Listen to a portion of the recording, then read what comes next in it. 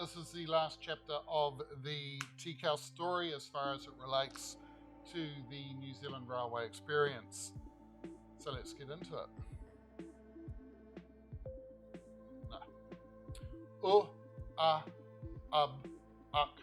Ud.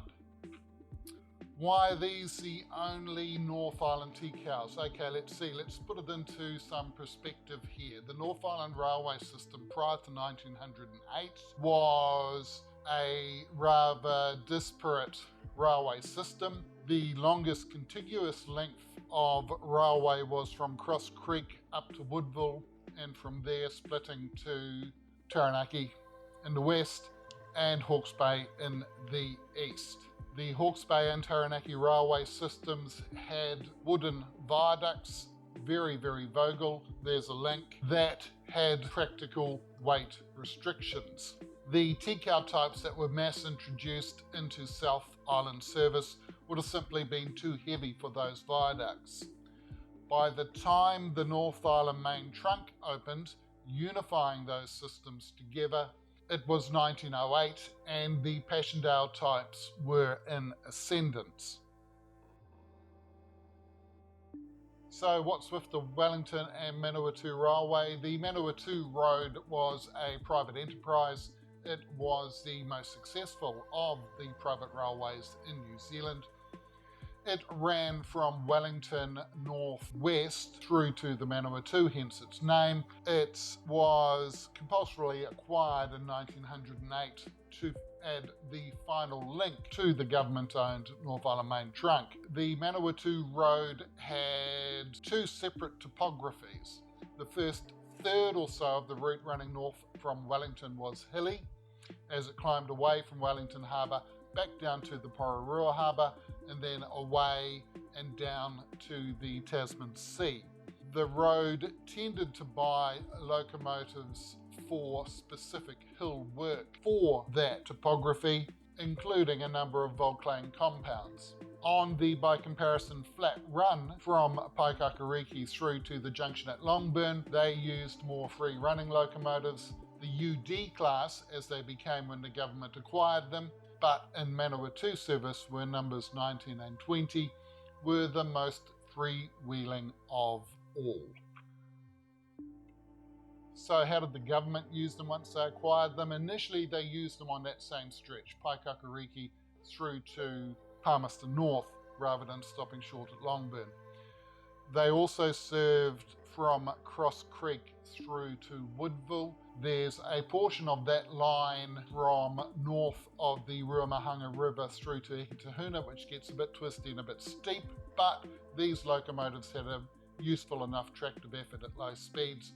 They would have coped with those grades and those curves. Similarly, the climb from Featherston to Cross Creek is not to be sneezed at, and it was part of their everyday duties in that theatre. Also, they served in Hawke's Bay, and of course there's the Opapa Bank. They ended their days based in the Waikato, according to Trevor Terry, and he's as good a source as we're ever going to get. One was based in Frankton, the other was based in Moronsville. The Moronsville locomotive had a steady gig whereby one of the A-class Passchendaele balanced compounds would bring the northbound express from Rotorua to Auckland over the hill at Mamaku, be swapped out for the UD class, which would take the run to Frankton, where it would come off the northbound train and be coupled on to the reciprocal southbound service, take it back to Moronsville, by which time the A-class was ready to take the train back over the hill to Rotorua. So how would they have gone on grades? Okay, they develop a reasonable amount of tractive effort. They sit, as far as starting tractive effort goes, somewhere between the N-class alluvial fan planes and the B-class bumble types. So useful enough, and they had pretty respectable boiler capacity. But the firemen would have been working hard. That, of course, is true of any fireman on any steam locomotive on that line. Retrospectively, how did they rate against the other TCAL types? Let's see. The best of them in terms of power, steam raising ability was the Brooks. The best class of them was the 1901 Baldwins. Their reputation is that they always had something in reserve. and that cannot be said of the Sharp Stewarts. The UDs sit somewhere in the middle. They had mildly larger cylinders, they had mildly lower boiler pressure, so that may have been an issue on that hill work, for instance. The question being whether or not the boiler had the capacity to supply the cylinders with sufficient power for those long slogs.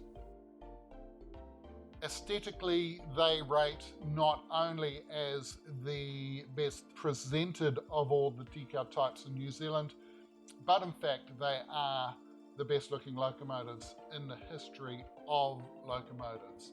WMR number 19 and number 20 are simply the best looking locomotives in the history of the world.